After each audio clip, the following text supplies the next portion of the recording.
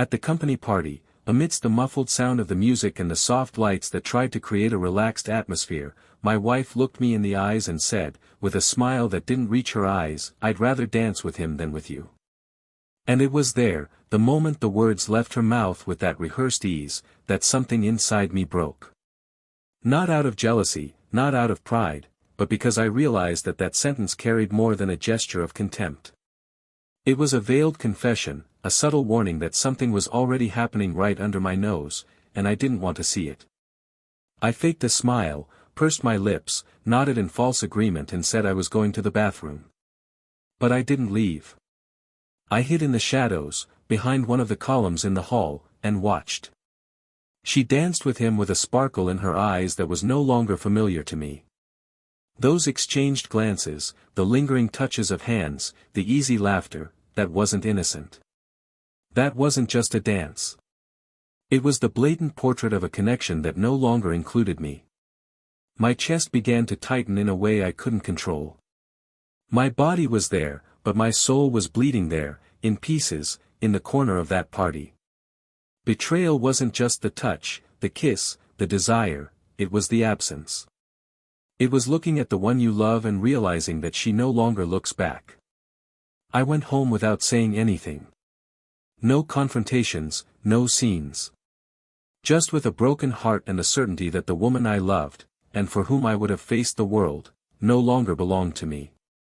She just didn't know that I knew yet. But I knew. And that was enough. That morning, with my throat dry and my hands shaking, I opened the desk drawer and took out a blue folder where we kept old documents. I tore through every record of our past, marriage certificate, joint policies, photos of our still empty apartment, letters she had written years ago. Everything became a blur inside me. I began to write the divorce papers as if I were digging my own grave. Each word in the document was like a shovel of dirt thrown on top of what was left of my dignity. It wasn't easy. I never imagined I would have the strength. But loving someone who no longer loves you is like holding a knife by the edge, the longer you hold it, the more you bleed. 2 days later, I handed her the envelope. Not with anger, not with resentment, with sadness. A quiet, contained sadness, the most devastating of all. She opened the envelope with curious eyes, not imagining what was about to happen. When she read the first few lines, the cynical smile disappeared from her face.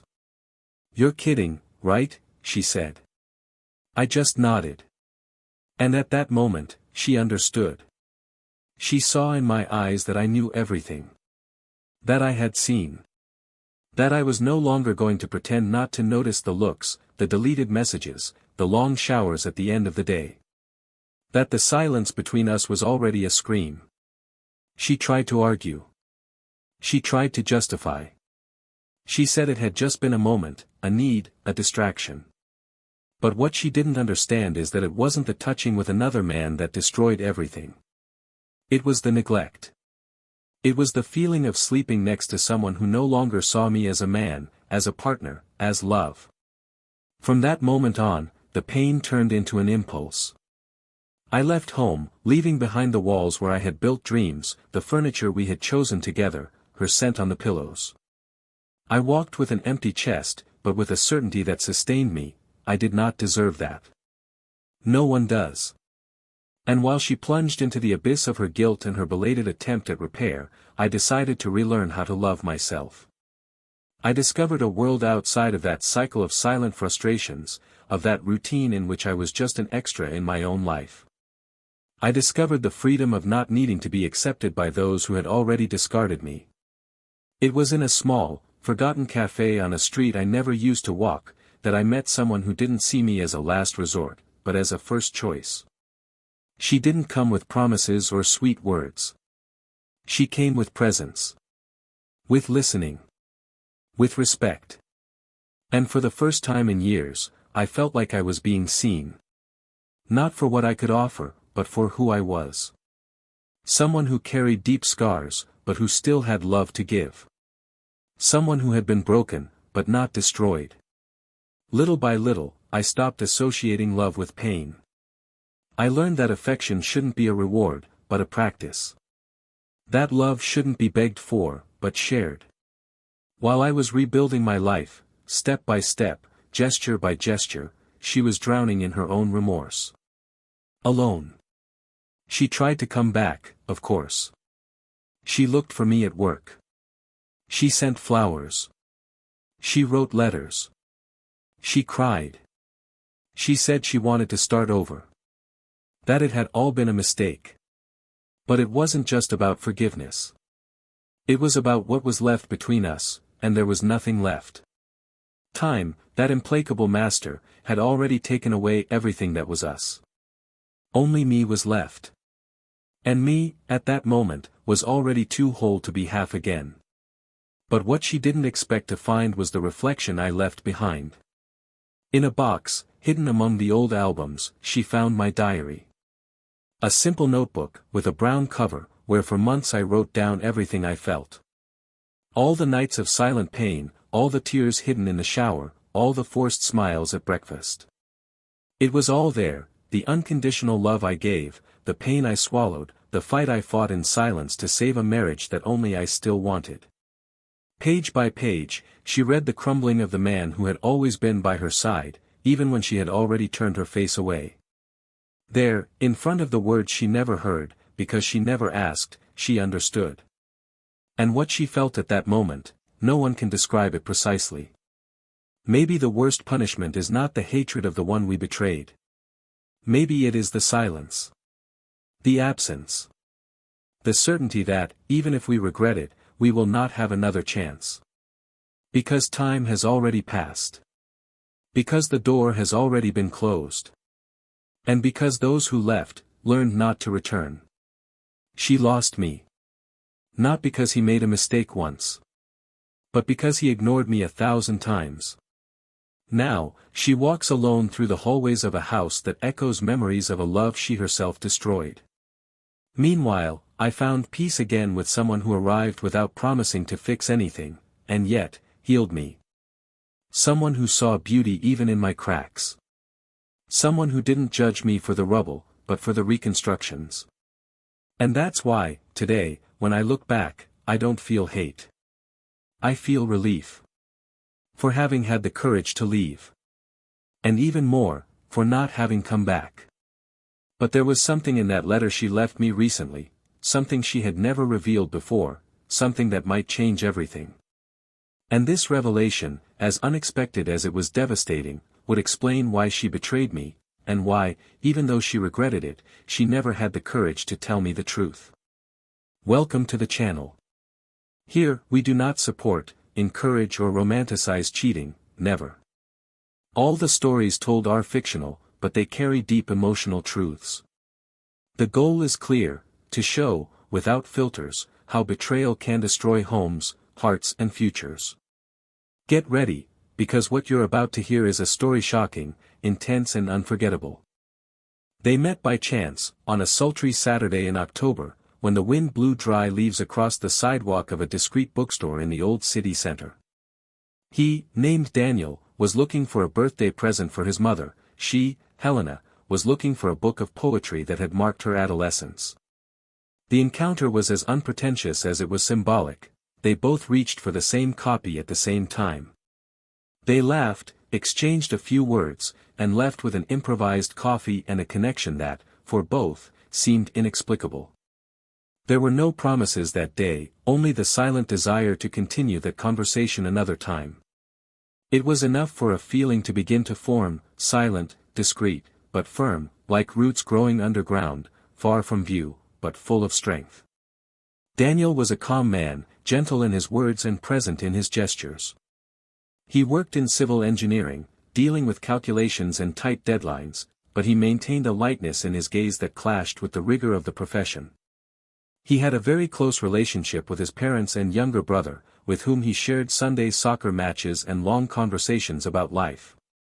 He was one of those men who truly listen, who ask questions and wait attentively for answers. Helena, on the other hand, was the opposite. She had a restless spirit, a firm voice and an intense energy that seemed to fill any room she occupied. A marketing graduate, she enjoyed the dynamism of the field, the ideas in motion, the freedom to create. She was driven by challenges, by change, by the new. And yet, by Daniel's side, she found a rare kind of peace, as if, for a few moments, she could breathe more slowly. Their relationship was built on patience and respect.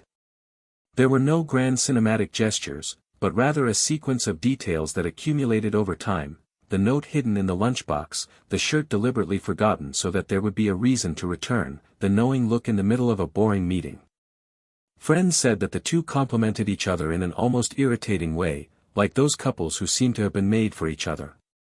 When they decided to move in together, everything happened naturally, without rushing, but also without hesitation. They rented a 2-bedroom apartment in a quiet neighborhood, with windows that let in the morning light and a balcony that was large enough to fit a 2-seater table. On the weekends, he would make pancakes, she would choose the music. Sometimes they would switch roles, but never the mutual care. They were, above all, partners. The wedding took place 2 years later, in a small ceremony, surrounded by loved ones. Daniel cried during the vows. Helena, always more reserved, was also moved, but tried to hide it. The party was modest, but full of sincere smiles and long hugs. They traveled to the mountains on their honeymoon, spent a week in a secluded cabin in the mountains, where they cooked together, watched old movies and wrote a letter to each other that they promised to read only in 10 years. It was one of those promises that seemed symbolic, but carried an almost innocent truth: they truly believed it would last.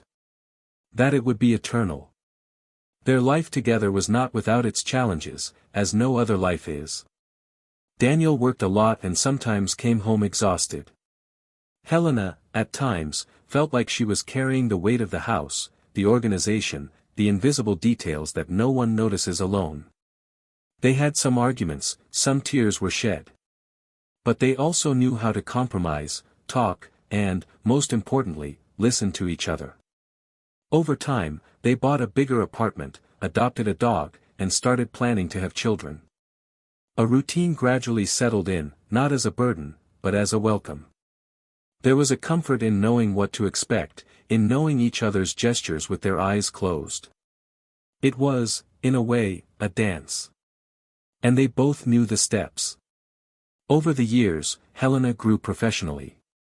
She began to be recognized at the company, to be called for bigger projects, business trips, events. Daniel was proud, even though he sometimes missed her at home.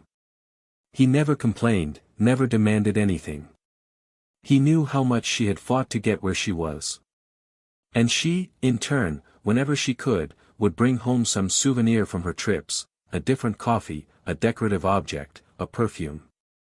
Small ways of showing that she was thinking about him, even from a distance. They still had dinner together, still talked before going to bed, still wished each other good morning with a kiss on the forehead or on the shoulder, depending on who woke up first. The changes came slowly, as they usually do in relationships that grow old. It wasn't sudden. It was subtle. A touch that stopped happening, a conversation that became shorter, a smile that faded without anyone noticing. The love still existed, but it seemed to have fallen asleep somewhere in the house, hidden among the winter clothes or in the boxes of memories they kept in the high closet. Daniel, always more sensitive to silence, felt the distance growing, but he thought it was just a phase that would soon pass. Helena, on the other hand, seemed to move at a different pace, faster, more demanding. The days became fuller, priorities changed, and breaks became rare. Still, there was affection. There was respect. On birthdays, they exchanged simple but symbolic gifts. On special dates, they tried to revive some tradition. And, even though the passion no longer burned as before, there was a history between them. A history that carried complicity, admiration, memories. That was what kept them together, even when their eyes no longer met as often. Close friends commented on how they made a solid, mature, stable couple. And perhaps that was why no one suspected anything. Because on the outside, everything seemed exactly as it always had been. The invitation to Helena's company party arrived by email one afternoon. She mentioned it to Daniel, who accepted immediately. Not because he liked corporate parties, but because he liked being with her, seeing her in her own environment, seeing her shine. Together they chose the outfit he would wear, and she picked out a blue dress she had worn to an important event months before. They left the house together, laughing at a silly joke, as if everything was still in place. In the car, they talked about next year's goals, about a possible family trip, about the new restaurant that had opened near their home. It was an ordinary evening, and they both seemed willing to enjoy it. They arrived at the party venue with some excitement. The room was well decorated, with soft lights, background music, colleagues smiling and glasses being raised all the time. Daniel stayed by her side at first, but soon realized that she needed to move around, greet people, take pictures, talk to the board. He leaned against a corner, grabbed a drink and watched. Not with jealousy, but with a certain quiet pride. Seeing Helena there, confident, admired by everyone, gave him a strange feeling of mission accomplished. As if he had, in some way, contributed to her becoming that strong and admirable woman. And he had contributed. With support, with love, with time. With everything he had. As she walked away, talking to different groups, Daniel remained there, quiet, smiling politely at those who greeted him, trying not to seem out of place. He thought about sending her a message, asking if she wanted to dance, but decided against it. He preferred to wait a little longer, to give her space. After all, she was among his people, and he knew that, in that environment, she felt alive. When she finally came back to him, she seemed different. Her smile was the same, but there was something in her eyes that he couldn't name. She commented on the music, made a comment about his suit, joked about something the boss had said. And then came the sentence that would change everything. But that wasn't the time to happen yet. That night, however, Daniel was still a man in love with his wife. Helena was still a woman with a sparkle in her eyes and a husband who loved her silently. Their story, up until that point, was about love, construction, respect and dedication. But like every story that seems too perfect, there were layers that had yet to be revealed. And behind the carefully assembled scenario, there was a truth that, when it came to light, would change the fate of both of them forever. The party ended late that night. The cars began to leave the parking lot, one by one, while the last guests slowly said their goodbyes. The wind had changed and brought a coolness that contrasted with the heat that had accumulated in the hall. Daniel drove in silence, his hands steady on the steering wheel, but his gaze distant. Helena, next to him, was restless, fiddling with her cell phone with a restrained smile, as if something was still happening even after the end of the event. They hadn't exchanged a word since the last glass of sparkling wine, and even the silence between them wasn't comfortable, it was filled with an emptiness that was hard to name. At home, she went straight to the bathroom, said she was tired, took off her shoes before even entering the bedroom, and left a trail of perfume down the hallway. Daniel stood still in the living room, staring at the walls as if searching for an answer in some old painting, as if the furniture could tell him what he still couldn't organize inside himself. There was something throbbing under his skin, something that didn't yet have a form, but that made him restless. A feeling that something didn't make sense anymore, as if the music had stopped and he was still trying to dance. The following days seemed to run in parallel. Helena maintained an intense routine, with new projects and meetings that seemed to never end. Daniel, between works and deliveries, began to notice small flaws in his daily routine that had previously gone unnoticed, the increasingly hurried good morning, the no longer meeting eyes at the table, the absence of simple questions like, "How was your day?" He tried to convince himself that it was just another phase, that normality would soon return, but the truth is that he felt, almost physically, that he was moving away from the woman he loved so much. And not by his own will. Something was pushing him away. Something that came from her. One night, when he got home early from work, he found the room empty, the bed spotless as if no one had slept there. The kitchen was too tidy. There was a note on the counter, a quick message saying she was going out to dinner with coworkers, nothing major. He sat on the couch and stared at the paper, trying to understand the discomfort it caused him. It was just dinner. But why did it hurt so much? He picked up his cell phone and scrolled through the messages, looking for some clue, something that would confirm his suspicion, but there was nothing concrete. Just silence and gaps. And sometimes, it's the blank spaces that scream the loudest. The following week, he insisted that they go out, just the two of them. Helena agreed, but she seemed disconnected throughout dinner. She smiled politely, made quick comments about the menu, but her eyes were always straying to her cell phone, to the door, to any place other than him. Daniel tried to make conversation, reminiscing about old trips, talking about future plans, but her answers were shallow, as if she were following protocol. When they returned home, he watched her take off her dress with impersonal haste and go straight to the shower, without even giving him a longer look. Their intimacy was slowly dying, and he wondered how it was possible for something so solid to slip through his hands like that, without warning. The final straw came one gray afternoon, when Daniel went to her company to leave her a simple gift, a mug with a silly phrase on it, but it was a reference to an inside joke between them, something that only the two of them understood. When he arrived, he discovered that she was not in the office that day. She had left for an external meeting early in the morning.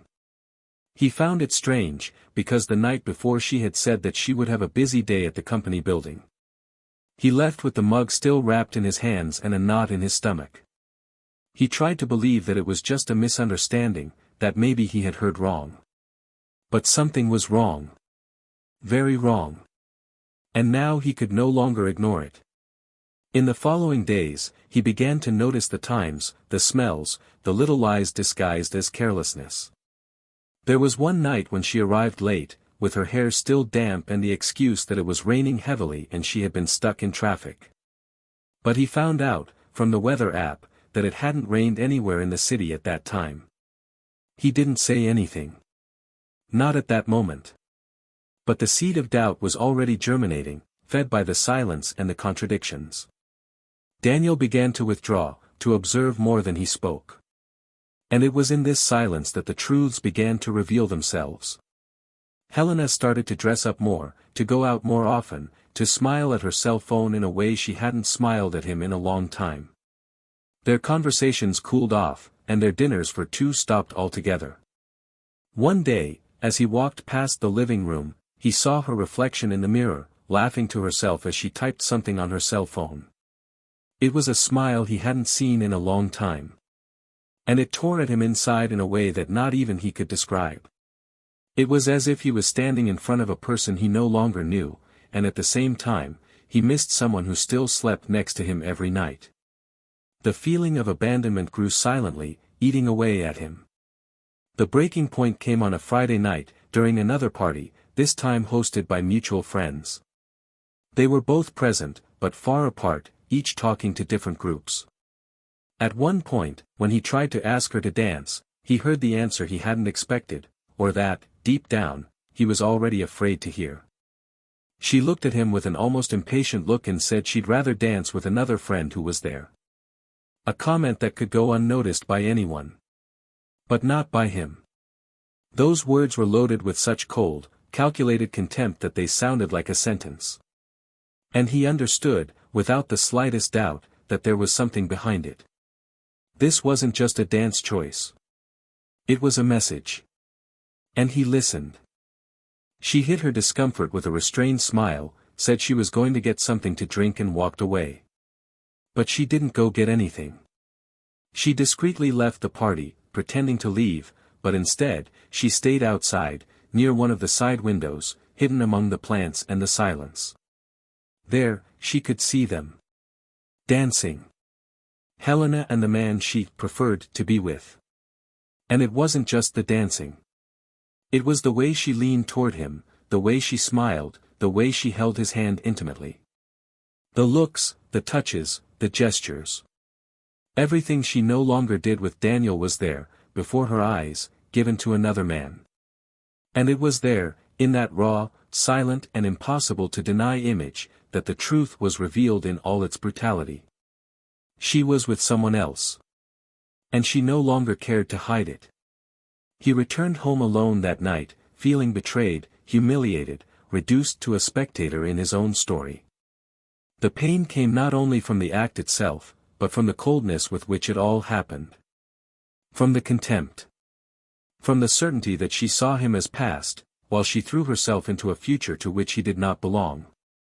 He sat on the sofa and remained there until dawn, motionless, not knowing whether to cry or scream. When the sun began to rise, he made his decision. He would leave. But not just any way. Not with anger, not with scandals. With dignity. With clarity. He would prepare everything. And, when he was ready, she would receive, not explanations, but an answer. The answer that he had matured in silence, in the darkness of that early morning. What Daniel didn't know yet was that behind that betrayal, behind those exchanged glances and those prolonged silences, there was something even deeper. A secret that Helena had been keeping for months, maybe even longer. Something that, when it came to light, would give new meaning to all her gestures, all her absences, all her choices. Something that would not only explain her downfall, but would reveal the true extent of the wound that was about to open. Daniel spent the next few days on autopilot. It was as if his body was working on inertia, but his mind was always stuck on that night. The scene of the dance came to him in flashes every time he closed his eyes. Her laughter with another man, the touch on her waist, her eyes fixed on a gaze that was no longer his. The certainty of betrayal burned inside his chest with a dry pain, without tears, without scandal. It was a clean wound, but deep. And he was no longer looking for answers. He already had them. What was consuming him now was what would come next. He began to put his things in boxes, organizing drawers that once represented pieces of their shared life. You didn't tell anyone. You didn't confront Helena. You just remained silent. A dense, heavy silence that carried the force of a hurricane about to explode. He calmly wrote the divorce document, filed it at the notary's office, packed his suitcase with basic clothes and left everything in its place. When Helena returned from another of her free nights, she found an envelope on the table, a suitcase in the corner and an absolute absence in the air. She read the letter and it took her a few seconds to understand that it was real. She called for him throughout the house, went upstairs, downstairs, looked in the bathroom, called his cell phone. No answer. She read the letter again. This time with trembling hands and ragged breathing. The impact didn't come all at once. It came in waves. First denial. Then panic. And finally, despair. She tried to find him, went to his office, called acquaintances, looked through contacts he barely used. Nothing. It was as if Daniel had evaporated from her life, leaving behind only the sound of the door closing for the last time. Days passed until she finally managed to meet him. Arranged by him. In a discreet cafe in the city center, far from everything they knew. A neutral, almost impersonal place. And it was there that she saw him for the first time since the world fell apart. He was different. Thinner. His gaze hardened. There was no anger. There was something worse, indifference. When Helena sat down in front of him, the air between them seemed charged. She tried to smile, but the smile died before it could be born. She wanted to speak, but he was direct. He said he didn't want to hear excuses, that he didn't need apologies. That the betrayal had already spoken for her. That love, true love, when it runs out, doesn't scream, it silences. And that their silence had become deafening. She tried to argue, said she felt confused, lost, that things were drifting apart and she didn't know how to deal with it. But Daniel remained impassive. Until, faced with her fragility, he let out what he had been keeping inside for weeks. He said he knew everything. About the dance, the other man, the hidden messages, the nights of meetings. He said he wasn't a fool. That he felt the changes like someone feels a blade touching their skin before cutting. And that, even so, he tried to hold on. He tried to understand.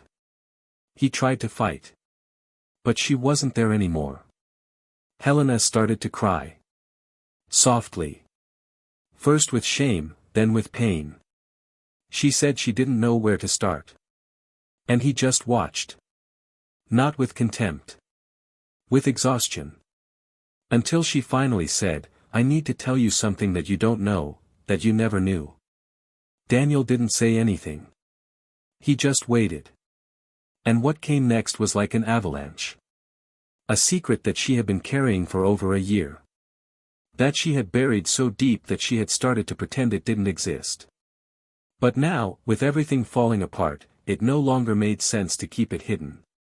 She said that, months before everything changed between them, she had discovered that her father, the man she had always idolized and whom Daniel admired, had cheated on her mother for years. And that her mother knew.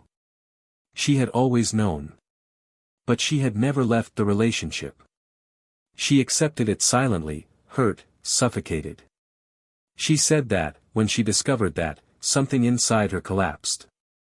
She began to question everything. Love, fidelity, the idea of commitment. He began to view their marriage with suspicion, as if it were a trap about to repeat itself. He said he felt afraid. That he began to see Daniel not as he was, but as a reflection of his father. That he projected onto him a distrust that never existed. And, instead of talking, he closed himself off. Instead of opening up, he betrayed. Not out of desire. But out of sabotage. To destroy what was still good before it became a prison like his parents' marriage had been. Daniel listened to everything in silence. His face was still. Inside, it was as if the ground had opened up beneath his feet. I tried to process, understand, absorb. But the words hit me like stones in my chest. Helena continued. She said that she had come to believe that love was a farce, that no one belongs to anyone, that everything ends. That she had sought in another man not passion, but an escape. A shortcut to feel alive, desired, confused. But that, in the end, she had only felt emptier. That there was no excuse. Only fear. That she had never stopped loving Daniel, but that love had been crushed by the emotional legacy that she carried without realizing it. That she had been weak. A coward. That she had destroyed everything with her own hands. And that now, seeing him there, distant, cold, she understood that perhaps she had lost the only man who had truly loved her. With all her flaws. With all her devotion. Daniel took a deep breath. For a moment, he thought he wouldn't have the strength to respond. But he did. He said he understood the weight of it all. That he knew how much family trauma shapes our choices. But that nothing justified betrayal. That love isn't a shelter where dirt is swept under the rug. It's confrontation. It's vulnerability. And that by choosing to remain silent and betray, she didn't just destroy the marriage, she destroyed the trust, the foundation, the history. He said that if she had told him everything before, maybe they could have faced it together. But now, it was too late. The wound was already a scar. And he no longer had the strength to try. She tried to touch his hand, but he pulled away. He said he had spent sleepless nights trying to understand where he had gone wrong. And that now, even with the revelation, he felt no relief. He felt mourning. Because, deep down, he still loved her. But loving someone is not enough when that person doesn't know what to do with that love. He said he would forgive. Not for her. For him. To move on in peace. To rebuild. But that their time there was over. He got up, paid the bill and left. Without looking back. On the sidewalk, he felt the air lighten. As if the weight of the world had finally lifted from his shoulders. He didn't know what would come next. But he knew he deserved something different. Something whole. Something real. What he hadn't yet imagined was that, on the other side of the city, someone had been watching him for some time. Someone who would soon cross his path. And who would change, once again, the course of his story. The week after their coffee date, Daniel decided he needed to get away from everything that reminded him of her. From the story. From the pain. He took unpaid leave from work, gave up the apartment they had rented together, and left for a coastal town where an old friend had offered him temporary shelter in a simple house facing the sea. He took only 2 suitcases, a notebook, and the books she had never been interested in reading. The decision was not an escape, but a move of self-preservation. He needed air, space, distance. He needed to hear the sound of the waves to silence the echo of memories. The first few days were lonely and intense. I woke up early, walked aimlessly, wrote fragments of thoughts on napkins, and avoided any connection that was not strictly necessary. My cell phone kept vibrating with messages from her, all unread. There was a deep tiredness that was not physical, but of the soul, a weariness from years of trying to keep something standing that she herself had demolished. But, curiously, in that place where he didn't know anyone, Daniel began to recognize himself. It was on a cloudy afternoon, when the sand still held the warmth of the morning sun, that he met Clara. She was sitting alone in a wooden café, looking out at the sea with her bare feet resting on the window sill. She wore a simple white dress, and her brown hair was tied up in a messy bun. She didn't look at him with interest or sympathy. She just offered him the seat next to her when she saw that he was carrying a book in his hands, and the place was full. The conversation started by chance, with a comment about the author he was reading. But it was different from anything he had ever experienced. Clara didn't ask out of politeness. She asked because she wanted to know. And she listened with the kind of attention that didn't require rushing. With her, there was no urgency. No demands. Just presence. He discovered that she was a history teacher, had lived alone for 5 years, didn't like social media, and believed that almost everything could be cured with tea and silence. The encounters became routine. First by chance. Then by desire. There was no immediate intention of anything. Daniel still felt suspicious, withdrawn, with no room to love again. But Clara didn't demand love. She offered space. Understanding. A kind of silent acceptance, but so genuine that, little by little, he began to let go of his defenses. He didn't tell her the details of what he had experienced, but she seemed to notice even without hearing. In one of the conversations, she said, "There are people who love the idea of love, but not the commitment to it. These people hurt those who truly love."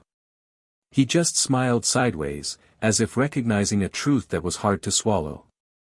While Daniel started over, Helena sank into herself.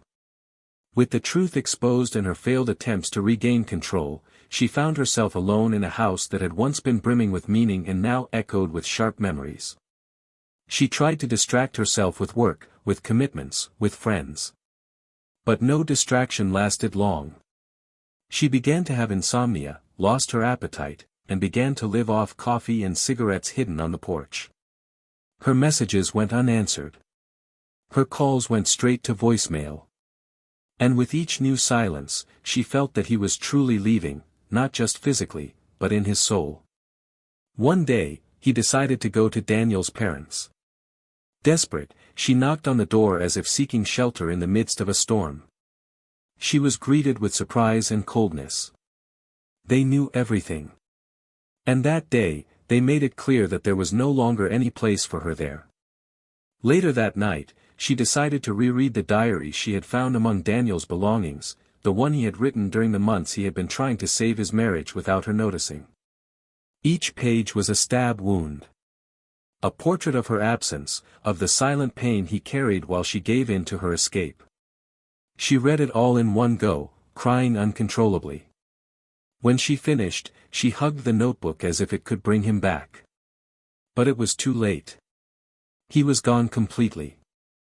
And the cruelest thing was that she knew, he was right to go.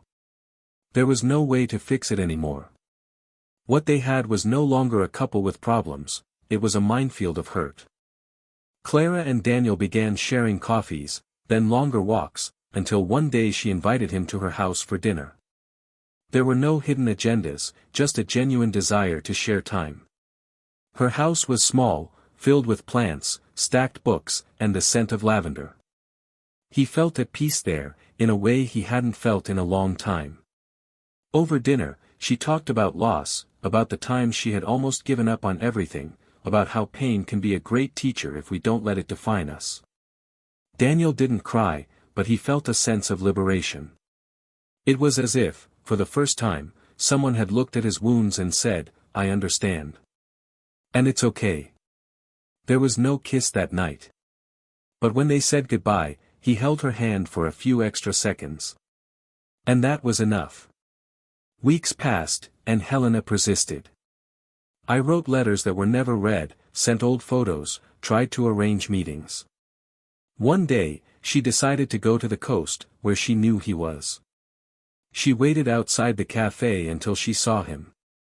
And when she saw him, she realized she had arrived late. Daniel was with Clara. They walked side by side, at a calm pace, without rushing. There were no exaggerated displays of affection, but the connection was evident. It was like a punch in the stomach. She couldn't move.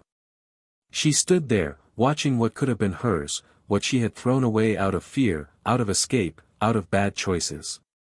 He decided to write one last letter. Not to win her back. But to say goodbye.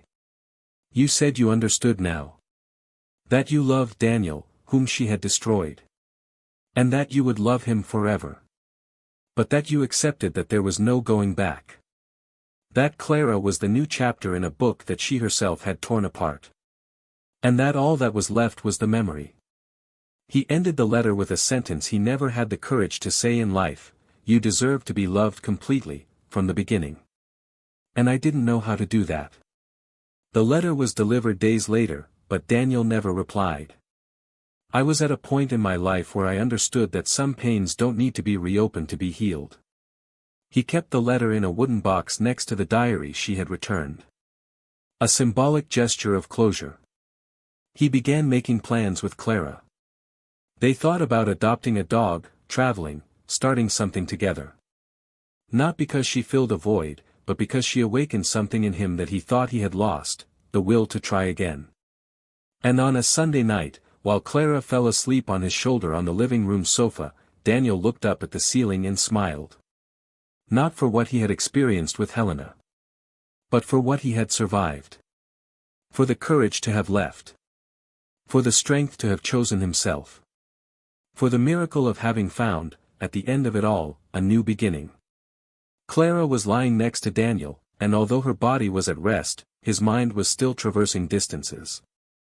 The weight of the history he had lived, of the pain that had shaped him, still reverberated in fragments inside him, but now these fragments no longer cut through, they mattered. She had learned to listen to her own silences, and it was in these spaces that she began to find answers that no longer depended on the attitudes of others. There was no rush to move on, nor the need to prove that she was okay. It was different. It was a silent reconstruction, without spectators, where each daily gesture became a new brick in something that, although still under construction, already had firmer foundations. Clara did not ask about Helena, and that, in some way, was the greatest sign of respect. She understood that there was pain that did not need to be exposed in order to be acknowledged, and Daniel, in turn, felt that he no longer needed to defend his own story. Her presence was enough as a reminder that it was not necessary to erase the past in order to move towards the future. Even with this new emotional stability, life still tested his limits. Some mutual friends who had previously been part of his routine disappeared with the divorce. Others, more discreet, tried to keep in touch, but their presence always brought up difficult memories. One afternoon, Daniel received an unexpected message from Helena's brother. It was short, direct, and said that his sister was not well. She had quit her job, isolated herself, and was not even responding to her family. Daniel read the message in silence, not knowing exactly how to react. Compassion mixed with self-protection. A part of him wanted to help, to know if she was alive, if she needed anything. Another part screamed for distance, for boundaries, for preservation. He spent the night awake, pondering not only about what he felt for Helena, but about the kind of man he wanted to continue being. The next morning, he talked to Clara. He didn't lie. He told her about the message, about the anguish it caused him, and about the moral dilemma he was going through. She listened to him attentively, without interrupting, just observing the turmoil that bubbled behind his words. When he finished, Clara held his hands firmly and said that any choice he made would be understood, as long as it wasn't motivated by guilt. That it wasn't his role to save anyone. That no one rebuilds themselves with the rubble of another. But if there was still something left to say, perhaps the fairest thing to do would be to conclude the cycle. One last meeting.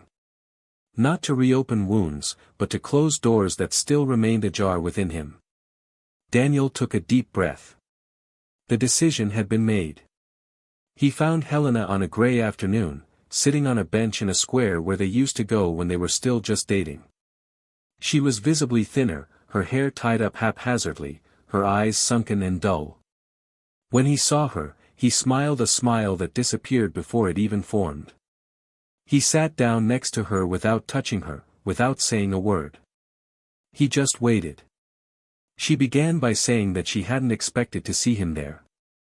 That she had already accepted that he wouldn't come back. And that she didn't want to ask for anything. That she just needed to say certain things out loud. Helena spoke with the cadence of someone who had lost track of time. She said that she had distanced herself from her family, that she no longer recognized her own image in the mirror. That the man she had gotten involved with didn't last. That it was a mistake from start to finish. That she was ashamed of everything, but that didn't stop her from remembering the good times, the sincere promises, the pure intentions that once existed. She said Daniel wasn't just her betrayed husband, he was the man she destroyed and the only person she still respected. Daniel listened to everything without anger. There was no more room for hatred. Only a kind of melancholic sadness, like someone looking at an old, faded painting. When she finished, he spoke calmly. He said he wasn't there to save her. That he couldn't, and didn't want to, take on a role that wasn't his. That he understood her pain, but that he couldn't allow it to continue to permeate his life. That the forgiveness he offered wasn't a promise of closeness, but a way to free them both. And that he hoped, with all his heart, that she would be able to get back on her feet. But he wouldn't be there to witness it. He got up and left. For the last time. And that, in fact, was the last. In the following months, Helena sought help. Therapy. Reconnecting with her mother. A new job. It wasn't easy. There were days when she couldn't get out of bed. But every step, no matter how small, was an attempt to get back on her feet. She knew she would never get Daniel back. And although this realization hurt, it was also what drove her. She needed to become someone who honored, at least in memory, the man she had loved so much and so badly. Daniel, on the other hand, continued to find himself again. With Clara, he built a routine that didn't depend on grandiosity, but on true complicity. They spent their afternoons reading, cooking together, exploring new places, redefining what it meant to live as a couple. And, little by little, he learned to trust again. Not just in someone else, but in himself. To trust that he could love without fear. That he could be happy without painful concessions. That he deserved a life where he didn't have to prove his worth to anyone. And it was on an ordinary night, as they walked hand in hand down a quiet street, that Clara asked him if he believed in happy endings. Daniel smiled. He said he didn't know. But that, at that moment, he felt that, for the first time, he was exactly where he was supposed to be. And that was enough. Love, after all, was not a place you arrive at, it was the path you choose to take. And he had finally learned to walk lightly. Daniel returned home that night feeling the weight of a cycle that had ended. It was different from all the other times he had tried to break free from the past. That conversation in the square, brief and definitive, seemed to have torn out from within him the last roots of a story that, although built with love, had rotted with time and choices. There was no guilt in his departure, nor arrogance in his indifference. There was only the mature recognition that, no matter how much one wishes, not every story is destined to last. As he crossed the front door of the house he now shared with Clara, he was greeted by the smell of cinnamon coming from the kitchen, a sign that she had made tea, perhaps one of the ones he had mentioned liking weeks before.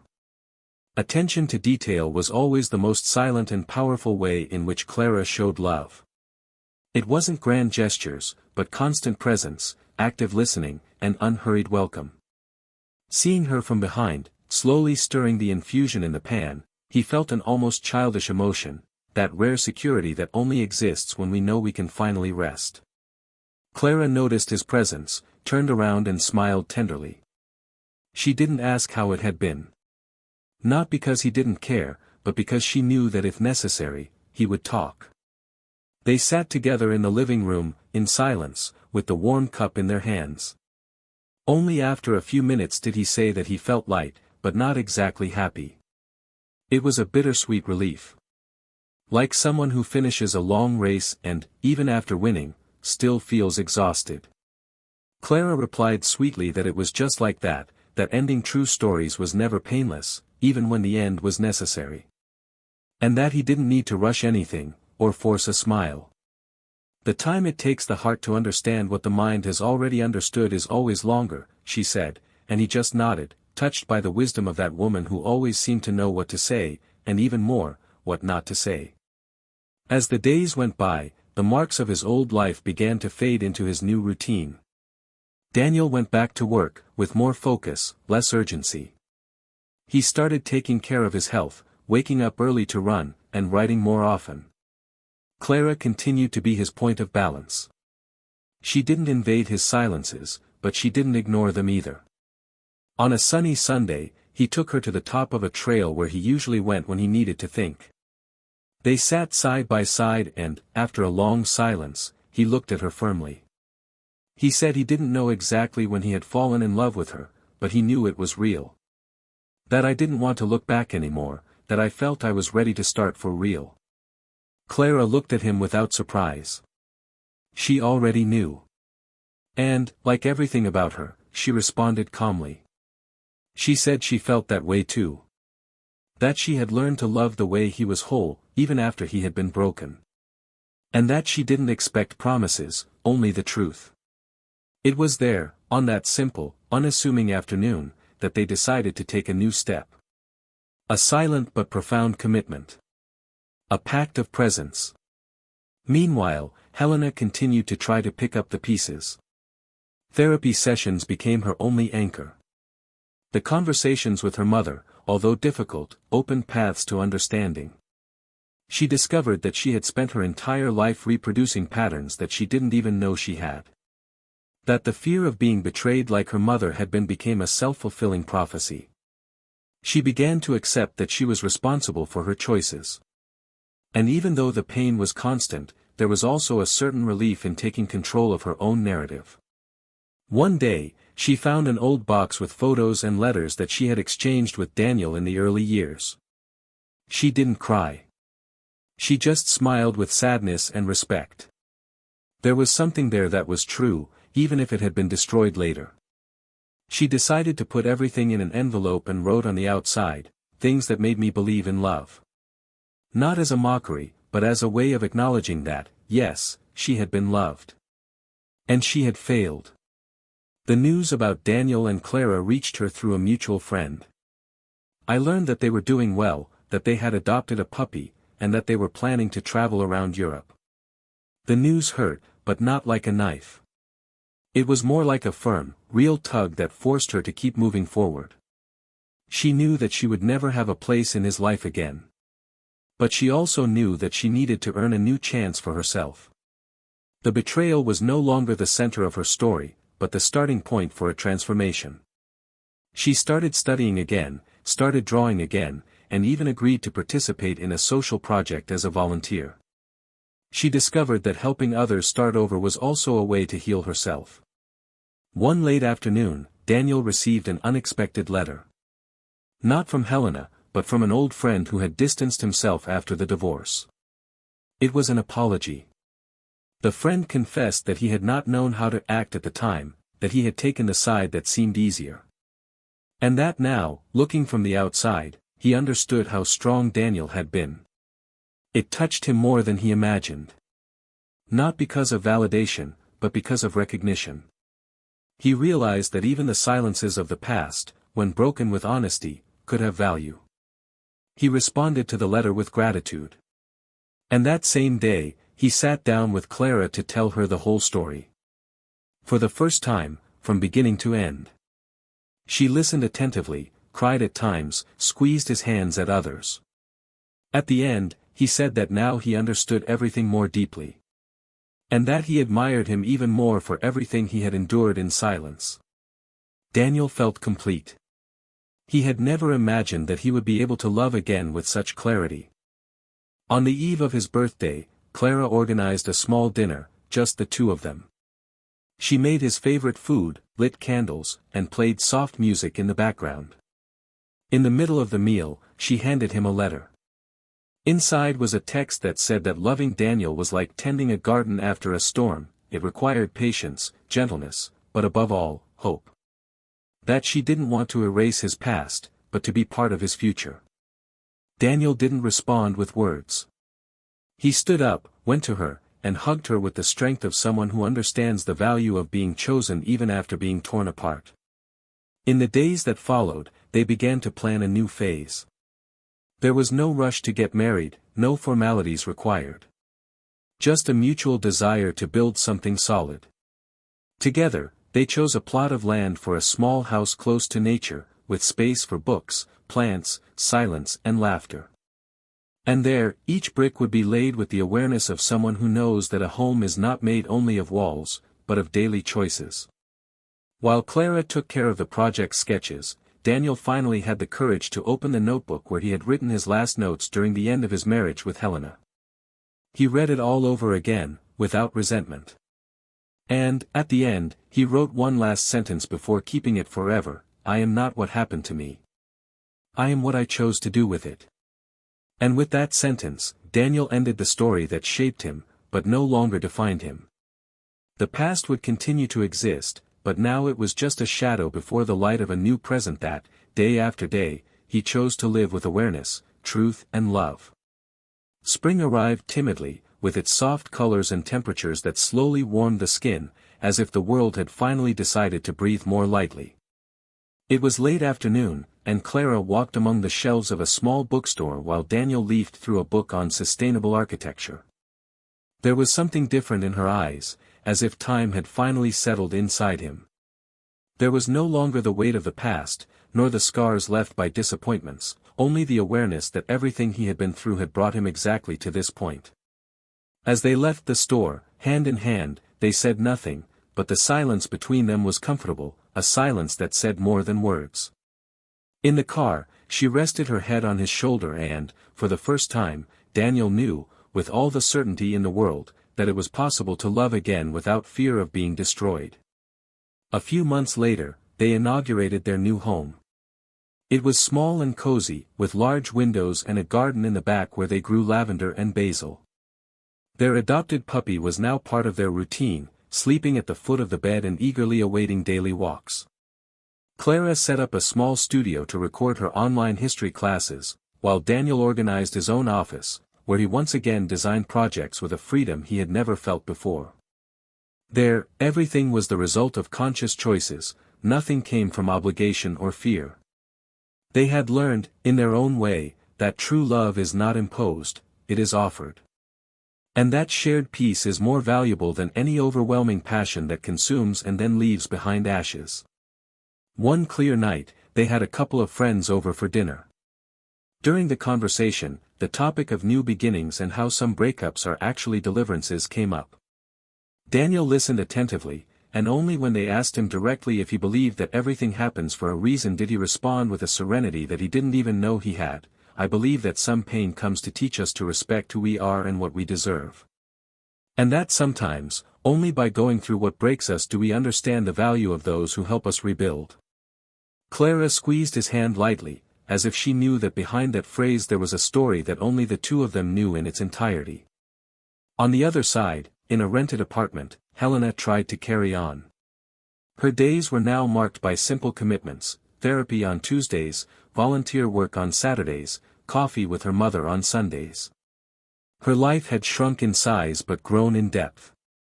Her former vanity, once fueled by appearances and external validation, gave way to a quieter search for meaning. She discovered pleasure in planting herbs on the balcony, in organizing her things with care, in watching movies alone without feeling lonely. But there were times when regret would wash over her like a wave. Not because of Daniel's absence, but because of the certainty of what she had destroyed when she could still have been saved. Sometimes, when walking through familiar places, she would pass couples and find herself observing gestures of affection with a discreet pain, the pain of someone who knows they once had something in their hands and let it slip away through carelessness and cowardice. Certain types of loss are not loud, they are silent and constant, like an echo inside the chest. It was one weekend, while visiting a used book fair, that she found an old edition of a novel that Daniel used to quote. She couldn't resist and bought it. At home, when she opened the first page, she felt an old weight return, but this time without the guilt that used to paralyze her. It was just longing. Longing for the woman she had been by his side, for the version of herself that she couldn't sustain. She sat on the porch and read for hours, as if each line were an attempt to reconcile with the past. Helena learned to live with the pain. Not as punishment, but as a consequence. And perhaps that was the greatest growth she could achieve. She no longer wanted to go back. She just wanted to move on without causing new wounds. Daniel, in turn, began to visit his parents more often, rekindling old ties and re-signifying affections. One day, walking with his father by the lake, he heard something that surprised him. "You did what I never had the courage to do, son. You left before you lost yourself for good. And that's why you're still in one piece today." Daniel remained silent for a few moments, absorbing the confession. He never imagined that his courage could inspire even the man who had once been his greatest role model. When he returned home, he found Clara sitting on the floor, surrounded by plants and books. He smiled, came over and sat next to her. They didn't say anything. But it was enough to be there. Together. Present. Alive. The following year, they traveled to Portugal. It was an old dream of his, postponed by so many other priorities that no longer existed. They walked through narrow streets, listened to fado in a hidden tavern, shared pastéis de nata and laughed like teenagers. On a rainy afternoon in Lisbon, sheltered under the awning of a bookstore, Daniel looked at Clara and, without rehearsing, said that she was his home. That no matter where in the world they were, as long as they were together, he would be at peace. Clara looked him in the eyes and replied that she never wanted to be anyone's destiny, but that she felt honored to be the path of someone who knew how to rebuild himself slowly, without noise, with truth. Time passed. The seasons changed. The pain was left behind. Helena moved on with her life with dignity, Daniel found redemption and love, Clara was light from the first glance. And if this story taught us anything, it was that betrayal doesn't just hurt, it transforms. It destroys, yes, but it also reveals. And sometimes, losing the one who betrayed us is the most silent and precious liberation that life can offer us. If you got this far, comment what touched you most about this story. We want to hear your opinion. And of course, subscribe to the channel to follow new stories like this one, which touch, transform and make us reflect. Because this story makes it clear, betrayal doesn't just end a relationship, it erodes trust, crushes self-esteem, and can destroy the most beautiful thing between two people, care. May this story serve as a warning and reflection. Here on the channel, we do not support, encourage or romanticize any type of cheating. What we want is to expose, with truth and emotion, the impact it can have. Until the next story. And remember, those who truly love, care. Those who care, do not hurt.